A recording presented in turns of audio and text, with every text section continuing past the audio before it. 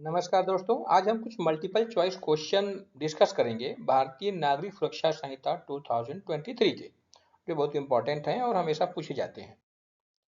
तो question number 1 हमारा है, in general who can file the complaint? A any person, B only victim, C only relative of victim और D state government. तो इसका answer होगा A यानी कि any person can file the complaint before the magistrate of first class or the magistrate of second class if he is authorized by the chief judicial magistrate. Then the next question would be, who can conduct the magistrate trial? CGM, judicial magistrate second class, JMFC यानी कि magistrate first class या सभी magistrate? इसके answer D हैं, यानी कि सभी magistrate जो है मजिस्ट्रेट ट्रायल कंडक्ट कर सकते हैं, जो कि बीएनएसएस के शेड्यूल फर्स्ट में लिखा हुआ है।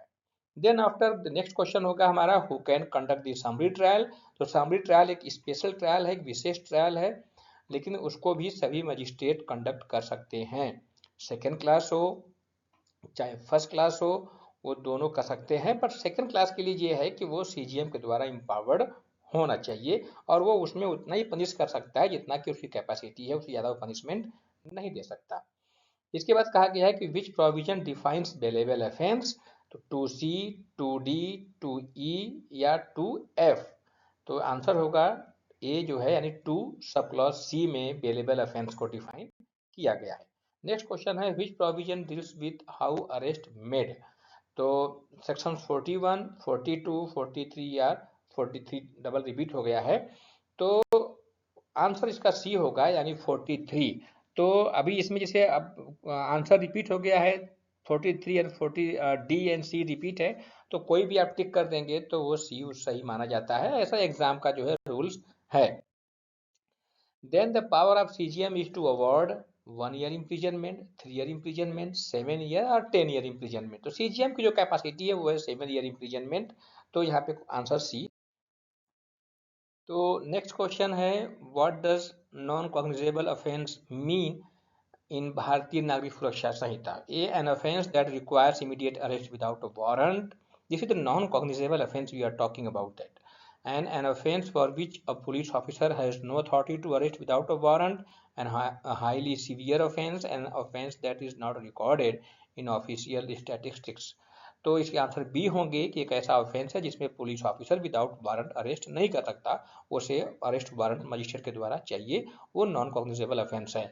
कॉग्निजेबल ऑफेंस होगा तो उसमें विदाउट वारंट भी वो अरेस्ट कर सकता है। तो नेक्स्ट हमारा है, how is community service defined under PNSS? एक नया डेफिनेशन आया है, ये अमाउंट ऑफ, ये टाइप ऑफ पनिशमेंट है, इसको जो है मजिस्ट्रेट अवॉर्ड कर सकता है। तो इसका क्या मतलब है कि unpaid work performed for the community as punishment, voluntarily work with compensation, participation in social welfare program and teaching in educational institutions. तो the terms community service means, answer A सही है, unpaid work performed for the community as punishment. इसके बाद in which section FIR related provisions are mentioned? तो 173, 175, 174, 176, तो correct answer 173 है, A. Then after the term victim has been defined in 2W, 2X, 2Z, 2Y, 2Z। तो answer है 2C, यानी कि sorry 2Y। तो प्रोविजन 2 सब क्लॉज वाई में victim को डिफाइन किया गया है, तो सी आंसर सही है। The term warrant case has been defined in WXYZ। To provision जो 2 है वो डेफिनेशन क्लॉज है, उसी में सभी टर्म्स डिफाइन हैं। तो जो वारंट केस है वो डिफाइन किया गया है 2Z में।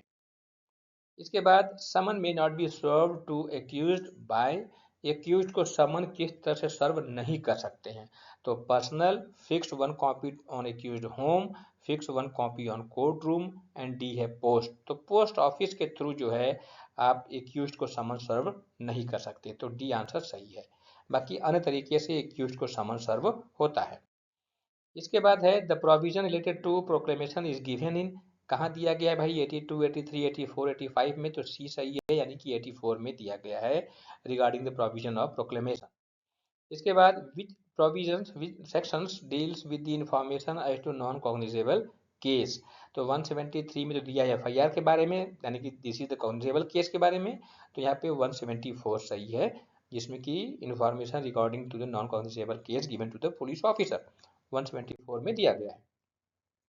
When can bail not be granted in bailable case? तो बेलेबल केस में बेल हमेशा ग्रांट होगा, यानी इन ऑल बेलेबल केस में बेल हमेशा ग्रांट होगा, यानी when the accused is not ready to give the surety, ये सही हो सकता है। when accused is on sound mind, ये गलत है। and when accused is insane, तो सभी कंडीशन में बेल दिया जाएगा एक्सेप्ट बी।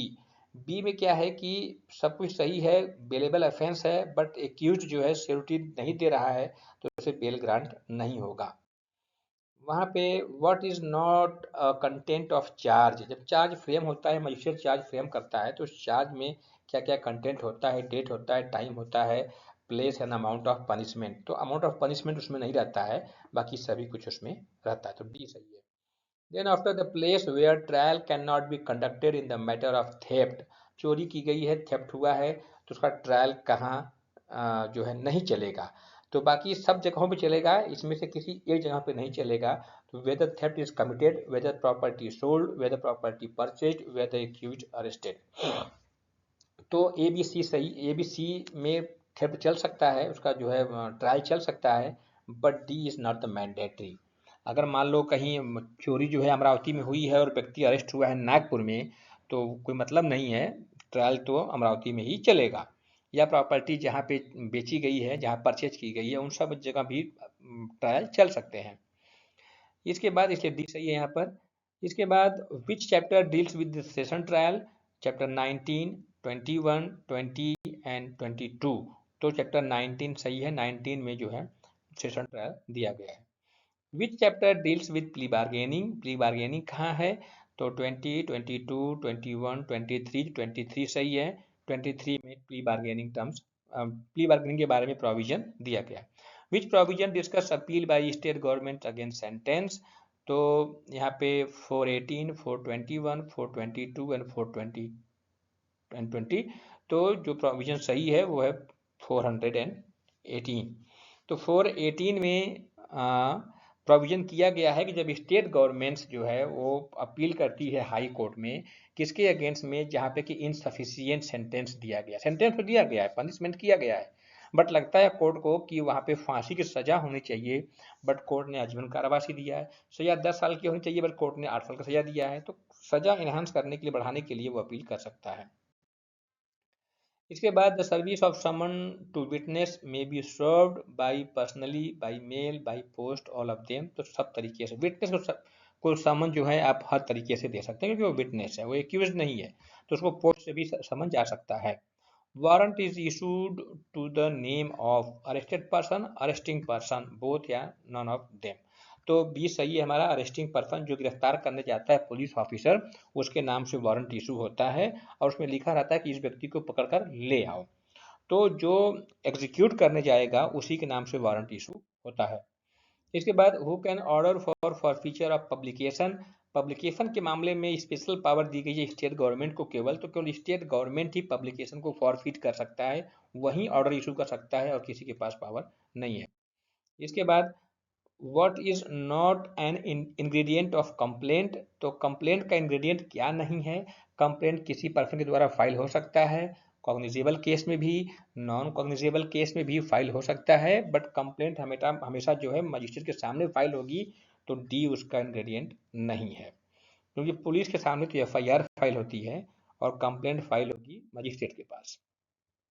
तो what is not a content of charge, charge का कंटेंट क्या नहीं है, तो non name of the court जरूर रहेगा, वो सेक्शंस ऑफ द संहिता जरूर रहेगी, नेम ऑफ द एक्ट भी रहेगा, प्लेस ऑफ ट्रायल उसमें नहीं रहता है चार्ज में, तो ये उसका कंटेंट नहीं है। इसके बाद who can conduct the summon trial, summon trial कौन कंडक्ट कर सकता है, तो जितने भी मजिस्ट्रेट हैं उस सबके पास पावर है कि वो सब समन ट्रायल कंडक्ट कर सकते हैं। इसके बाद the power of assistant session जज is to award the punishment of, session जज के पास जो पनिशमेंट अवार्ड करने के पावर हैं वो है 10 ईयर्स ऑफ इम्प्रीजनमेंट, 10 साल की सजा वो दे सकता है, ये उसके पास पावर है। इसके बाद the judicial magistrate second class can pass the sentence of, केवल 1 साल की सजा वो दे सकता है, उसके पास इतना ही पावर है। इसके बाद कहा गया है कि the high court adopt trial procedure as run as before the. तो अगर हाई कोर्ट में कोई ट्रायल चलता है, हालांकि चलता तो है नहीं, बट कभी मान लो कोई ट्रायल चला हाई कोर्ट के पास, तो वो कौन सा प्रोसीजर फॉलो करेगा? तो वो जो है सेशन कोर्ट में जो ट्रायल चलते हैं प्रोसीजर, वो फॉलो करेगा। तो सेशन कोर्ट के प्रोसीजर वो फॉलो करेगा, सेशन ट्रायल फॉलो करेगा वो। The content of summon is, summon में क्या क्या रहेगा भाई? डेट रहेगी, सील ऑफ कोर्ट रहेगा, टाइम रहेगा, ऑल ऑफ देम, सभी कुछ रहेगा, सेशन जितने भी हैं ये सब समन में सब कुछ रहेगा। विच one is not a content of warrant? Place of execution, name of the person arrested, name of the person arresting, offence details. तो कहाँ पर एग्जीक्यूट होगा ये उसमें नहीं लिखा रहता, क्योंकि वारंट एक बार इशू हो गया तो पूरे इंडिया में कहीं भी उसे एग्जीक्यूट किया जा सकता है। तो विच one is not a content of attachment order? Court ने किसी प्रॉपर्टी को अटैच करने के लिए, कुर्क करने के लिए ऑर्डर कर दिया है, तो उसमें क्या क्या नहीं रहेगा? प्रॉपर्टी डिटेल रहेगी, लोकेशन भी रहेगा उसका, accuse detail, murder detail. Murder detail नहीं रहता है उसमें, बाकी सब डिटेल उसमें रहेगा। इसके बाद which provisions deals with bail in bailable offence? तो यहाँ पे 478, 477, 479, 476 में है, तो ये आपका 478 में है provisions bail in bailable case. Which one is a complaint? Complaint क्या है भाई? Application made to the police नहीं, एसएसपी नहीं, एसपी नहीं, magistrate, yes, application made to the magistrate, ये सही है, दिस इज द कंप्लेंट। इसके बाद what do you think about place of trial? तो प्लेस ऑफ ट्रायल मतलब क्या है? The place where trial is conducted, ये हो सकता है। The place where the investigation, inquiry and trial is conducted, नहीं, क्योंकि इन्वेस्टिगेशन से कोई मतलब नहीं है। प्लेस ऑफ ट्रायल की बात है, तो ट्रायल में इन्वेस्टिगेशन नहीं आता है।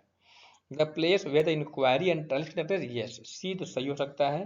तो प्लेस ऑफ ट्रायल जब हम डिस्कस करेंगे जो चैप्टर उसमें है, तो उसमें कि where the trial and inquiry can be conducted, this is the matter of place of trial. इसके बाद session trial is expanded from, कहाँ से कहाँ तक भाई सेशन ट्रायल? तो वो 248 से लेकर के 260 तक सेशन ट्रायल बेनिसिस में दिया गया है। Trial of warrant case by magistrate is expanded from, कहाँ तक है? तो वो 261 से लेकर के 273 तक जो है वारंट केस बाई मजिस्ट्रेट दिया गया है। तो trial of warrant case by magistrate कहाँ पे है? 261 से 273 तक है। इसके बाद कहा गया है कि who is not entitled to get the maintenance under BNSS? Mother हैं, फादर हैं, वाइफ है, सबको मिलेगा, अंकल के लिए कोई प्रोविजन वहां पर नहीं दिया गया है। इसके बाद तो हमारा इतना है, इतना तो खूब अच्छे से पढ़ लीजिए मन लगा